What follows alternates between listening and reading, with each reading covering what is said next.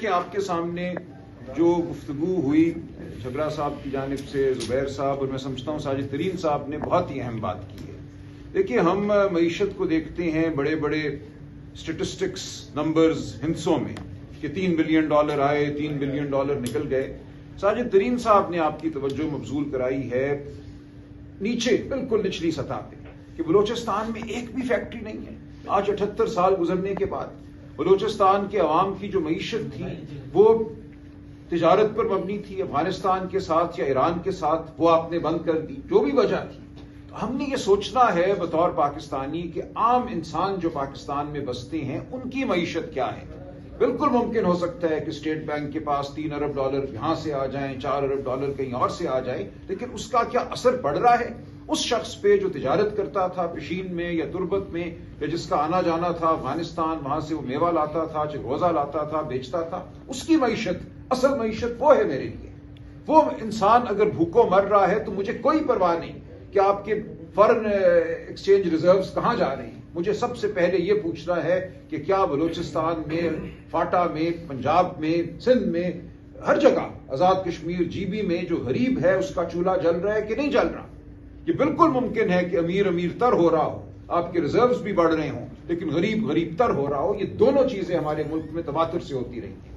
اور عمران خان صاحب بار بار یہ کہتے ہیں کہ جس ملک میں قانون نہیں ہوگا، رول آف لا نہیں ہوگا، وہاں مساوات نہیں ہوگی، وہاں حقوق نہیں ہوں گے، وہاں آواز دبائی جائے گی۔ غریب کے لیے جو آواز اٹھتی ہے اس کو دبا دیا جاتا ہے۔ وہ ایوان مزاری کی آواز ہو، وہ مہمارنگ بلوچ کی آواز ہو، وہ علی وزیر کی آواز ہو، وہ آواز جب دبائی جاتی ہے تو اس غریب کی معیشت بھی دب جاتی ہے۔ آواز کا اور معیشت کا گہرا تعلق ہے۔ جب آپ آواز نہیں اٹھنے دیتے تو پھر آپ اس شخص کی معیشت کو بھی کچل دیتے ہیں، اس کا چولہا آپ کے لیے غیر اہم ہو جاتا ہے۔ تو جو باتیں آپ کو بتائی جھگڑا صاحب نے اور زبیر صاحب نے، کس طرح پیٹرول اور ڈیزل کی قیمتوں کو بڑھایا گیا، پرانا جو ذخیرہ تھا اس کو بڑی ہوئی قیمت پر بیچنے کی اجازت دی گئی۔ ایک ہفتے میں مجھے بتایا جا رہا ہے کہ 19 ارب روپیہ جو ہے وہ آئل مارکیٹنگ کمپنیوں کی جیب میں گیا صرف ایک ہفتے میں، اور اگر آپ اس پورے عرصے کو دیکھیں تو یہ سینکڑوں ارب روپے بن جاتا ہے۔ اور یہ پیسہ آپ کی میری جیبوں سے نکلا۔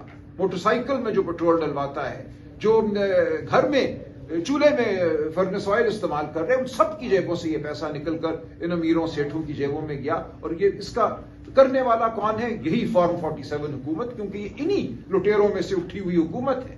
یہ عوام کی حکومت نہیں ہے، یہ عوام کے لیے حکومت نہیں ہے، یہ ایک لوٹ کا نتیجہ ہے یہ حکومت، اور اس نے لوٹ ہی کو بڑھاوا دینا ہے۔ یہ بات کھل کر ہمارے سامنے آئی ہے پچھلے 1 ماہ 40 دنوں میں۔ تو یہ ہے وہ صورت معیشت کی۔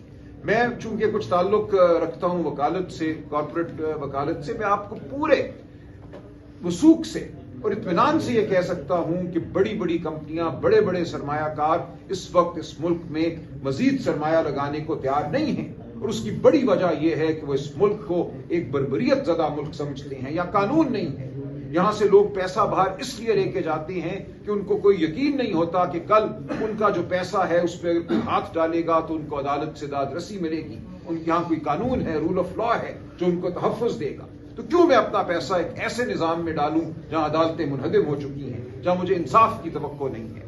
یہ تمام وہ باتیں ہیں جن کو لے کر ہم آپ کے سامنے پیش ہوتے آئے ہیں، ہوتے چلے جائیں گے۔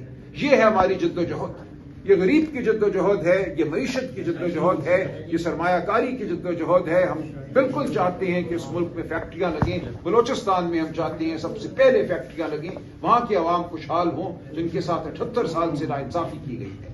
تو یہ تمام جو معاملہ ہے یہ ملا ہوا ہے۔ ایسا نہیں ہے کہ آپ یہ کہیں کہ ہم نے جمہوریت کو تو دبا دیا، ہم نے آزادی اظہار کو دبا دیا، ہم نے الیکشن لوٹ لیے، لیکن معیشت ترقی کر رہی ہے، دیکھو سب ٹھیک ہے۔ ایسا نہیں ہوگا۔ جب آپ الیکشن لوٹیں گے، عدالتوں کو بند کریں گے، صحافت کو بند کریں گے تو معیشت بھی ڈوبے گی۔ سلمان اکرم راجہ صاحب، اعلیٰ وزیر